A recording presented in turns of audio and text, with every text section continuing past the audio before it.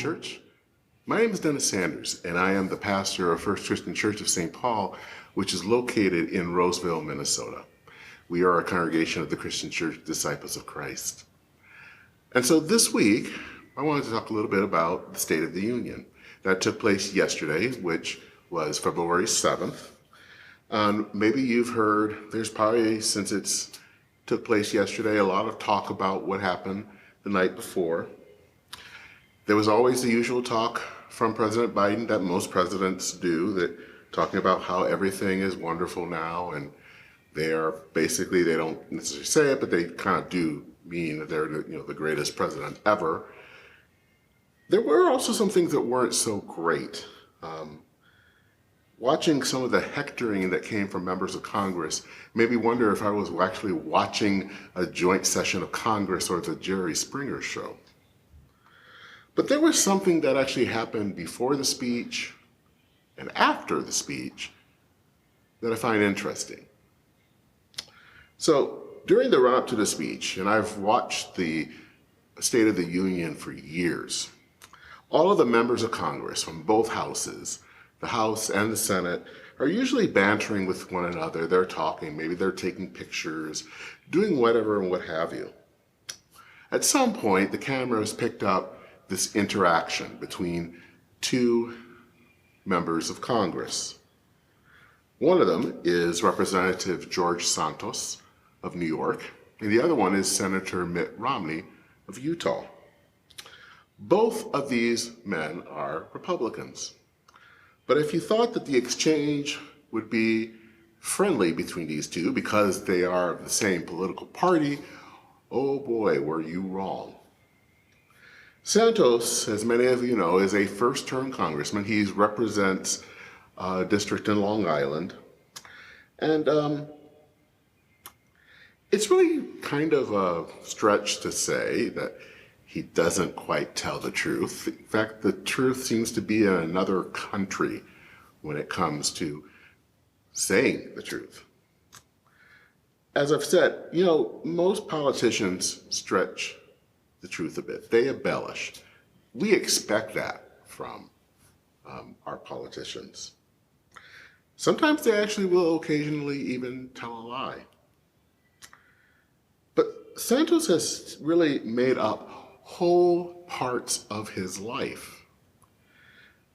And on top of that, there are some problems now with campaign finance, which maybe we should not be surprised at. And he is going to have to come before the House Ethics Committee, and he's had to basically leave the committees that he was assigned to. So here was Santos, and he was basically bantering with other people and talking with senators and talking with other representatives. And Romney saw this, Mitt Romney saw this, and he wasn't having any of this. In remarks after the State of the Union, he basically said what he felt, and in some ways what he's told Mr. Santos. This is what Romney says. Given the fact that Santos is under ethics investigation, he should be sitting in the back row and staying quiet instead of parading in front of the president and people coming into the room. And he adds, he shouldn't be in Congress. And they're going to go through the process and hopefully get him out. But he shouldn't be there. And if he had any shame at all, he wouldn't be there. Santos responded via Twitter by basically saying that Romney will never be president. And that's probably true. It's also probably true that Santos probably won't be a second-term congressman if he even finishes out this term. But the whole point of this video is not to condemn Representative Santos, though his fabrication really is worthy of condemnation. The question I have here is that what does this all mean to us as Christians? In the Sermon on the Mount, Jesus talks about keeping oaths. And in Matthew 5, verses 33 through 37, He basically tells the crowd to not say things that they don't mean.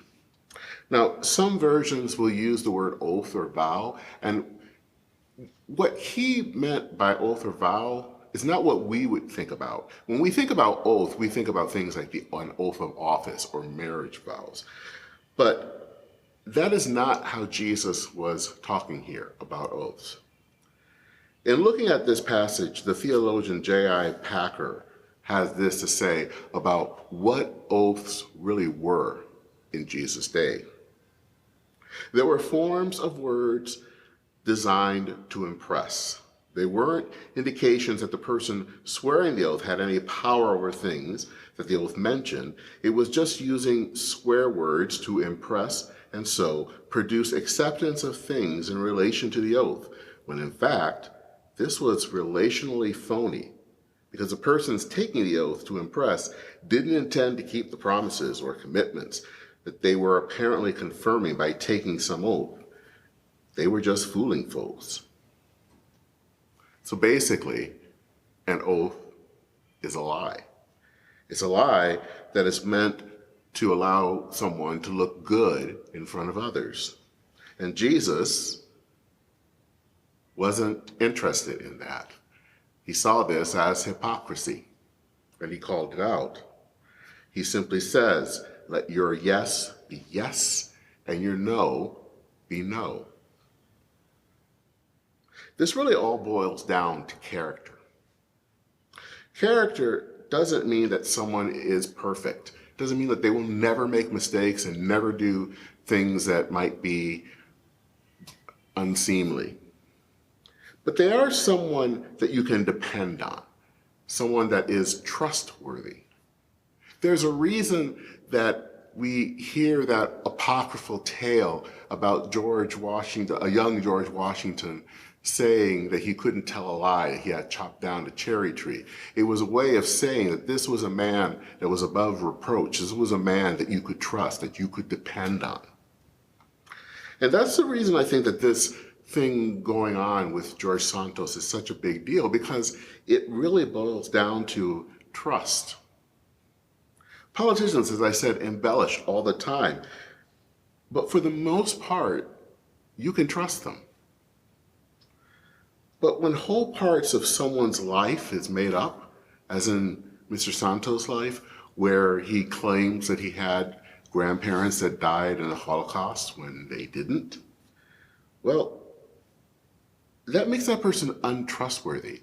And if they're not telling the truth in this, are they telling the truth in other things? This will come like finance, campaign finance. In the Sermon on the Mount, Jesus calls us to live differently. And in fact, the Sermon on the Mount really is a call to character, how we live. Not to keep some rules to say that we have kept all these and checked them off and that we're fine, but it is how we relate to others. How are we treating others? How are we on the up and up with others?